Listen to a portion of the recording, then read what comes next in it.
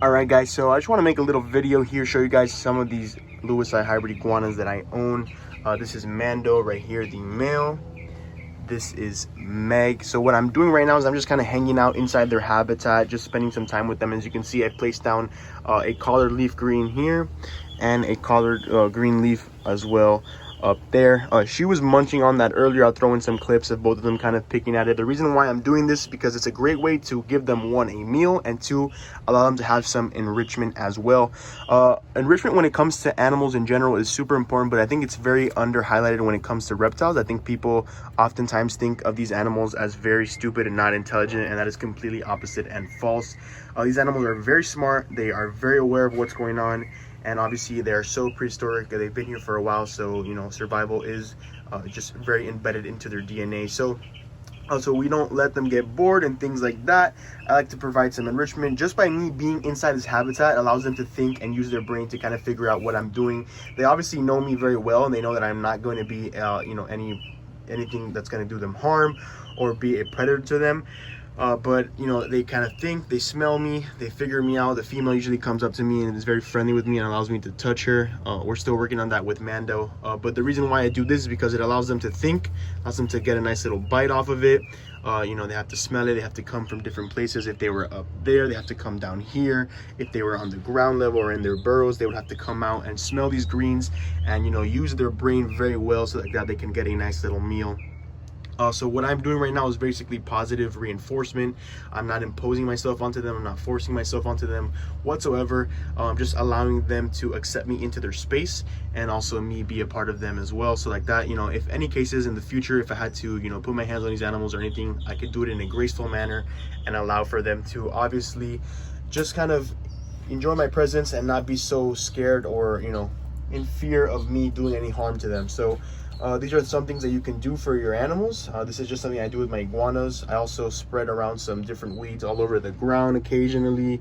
I feed on different platforms, different elevations. So like that, like I said, they have to smell, they have to think, they have to use their cognitive function. Enrichment is super key. It allows the animal to not stay bored, and, you know, gives them something to do throughout the day. Obviously, also another thing you can do for enrichment, which you've seen me do on this channel before, is change up their environment. You know, every few months, switch up the logs, change the rock placement, allow them to create new territories, allow them to think differently, and allow them to do things that they honestly wouldn't do if it was just a whole, you know, setup the same throughout the entire year or for their entire life. You can see right now they're both kind of just basking. They use every inch of this habitat. You can see they've created different burrows all the way on the left, created burrows on the right, in the middle back there. See, there's Mando opening his mouth, really cool shot. Right here they've been digging, so they have plenty of space to lay eggs if she likes to, the female, and the male can obviously get away from her in the case where she was going to be a little bit aggressive towards them.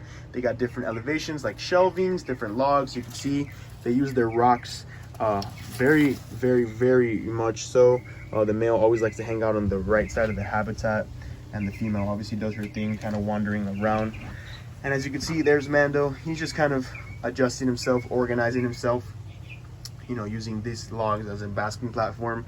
I love to kind of allow them to just bask in the middle of the habitat. And of course, we also like to give them enough space to just do their thing. So here's Meg. She sees that the door is a little open, so she's being curious, but that's why I'm here to watch her as well. But you can see she allows me to touch her. I can pick her up, but I don't like to put any extra negative force on her, so like that she doesn't remember that. And we just want to keep it so that she can obviously have a positive interaction every time I come in here. They, you know, are very accepting of me. They understand that I'm not going to do anything bad to them, and I'm super, you know, grateful for that. We're still working on Mando. I can touch him for very short periods of time, but like I said, positive reinforcement is the best. So in a scenario like this where he's not freaking out, she's not freaking out either, I would, you know, just remove myself from the cage, from their habitat, and obviously they're gonna remember that. But hey, next time our keeper, you know, Javon, is in this habitat, you know, nothing really happened the first time, so they're gonna be okay and they'll remember that as well. So kind of a little rambling video here. Just wanted to show you what you guys can do. Add some collard greens, sprinkle some different things around their habitat, make sure that they're thinking, make sure that they're using their cognitive function all the time. And with that being said, I hope you guys enjoyed the video. There's Mando, there's Meg, and I'll see you guys next time. So for more information, daily content, daily videos, you can check me out on TikTok and on Instagram at ReadyReptiles, and see you, my fellow herpers.